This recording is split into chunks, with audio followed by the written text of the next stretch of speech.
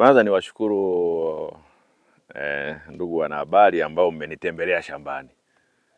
Ninaweza kaona kuna vyombo vingi, TBC ikiongoza, mko Azam TV, Ayo, Global TV, wote mmenitembelea shambani. Na hilo ni upendo wa dhati kwa Jeshi la Kujenga Taifa kuona shughuli tunazozifanya. Lakini niseme tu kwa rekodi za kikosi hiki cha 847 Mirundikwa, ambao kwa msimu wa mwaka 2023-24 ambao mahindi yake tayari yametumika kuliwa na mengine yameuzwa. Kwa msimu huu bado hawajavuna, kwa hiyo ishara tunategemea itakachotokea huko baadaye tutaweza kutoa taarifa.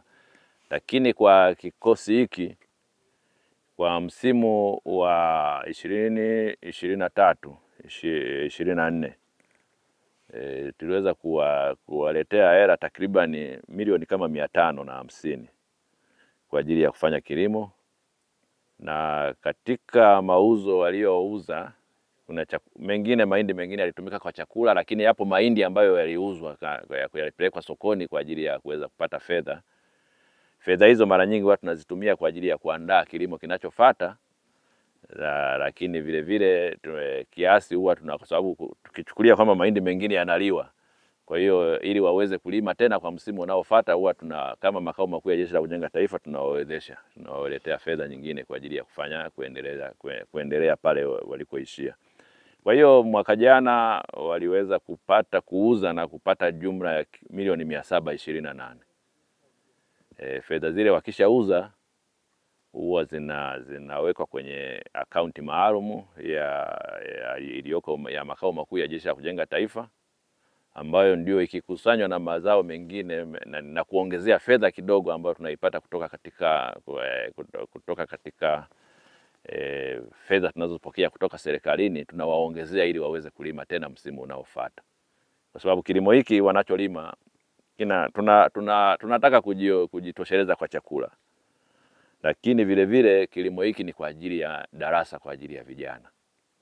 Kwa hiyo kuna namna ambavyo tunatumia kama darasa, na kama nilivyosema hapo awali mmeweza kuona kwamba sasa hivi ni darasa hata kwa wanakijiji walioko hapa jirani. Wanakijiji wa Mirundikwa ili ni darasa kwao. Wanakuja kujifunza hapa namna ya kupata kulima kilimo bora, na wamekuwa wakivizia, yani wanahakikisha kwamba nyinyi mkipanda ndio na wenyewe wanapanda. Wanajua kabisa hawa wanafuata kalenda, aidha wamewasiliana na watu wa hali ya hewa na kitu kama hicho. Kwa hiyo tumekuwa tukishirikiana nao vizuri sana. Na wengine wanakuja kuuliza maswali namna gani tufanye nini, na wataalamu wetu wamekuwa wakiwasaidia. Kwa hiyo nishukuru kwamba ni kweli kuna chakula tunakiuza, tunakipeleka sokoni na kuna fedha tunapata. Kama nilivyosema hapo kwamba kwa msimu uliopita kwa kikosi hiki pekee yake cha Mirundikwa waliweza kuuza mahindi yenye thamani ya milioni 728.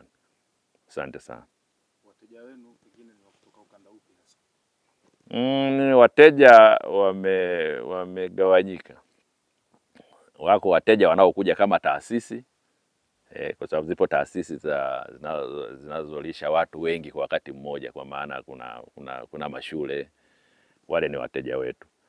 Lakini vile vile kuna watu binafsi tu wanaotoka kwenye maeneo mbalimbali, watu wanakuja kununua mahindi na wanaenda kuyapeleka Dar es Salaam au wanapeleka sehemu nyingine kwenda kuuza. Lakini vile vile mkoa huu uko mpembezoni mwa nchi, uko mpakani.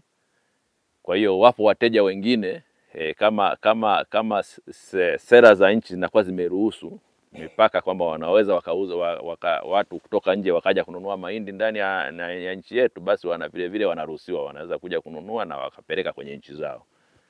Kwa hiyo wateja tunawapata wa aina hiyo.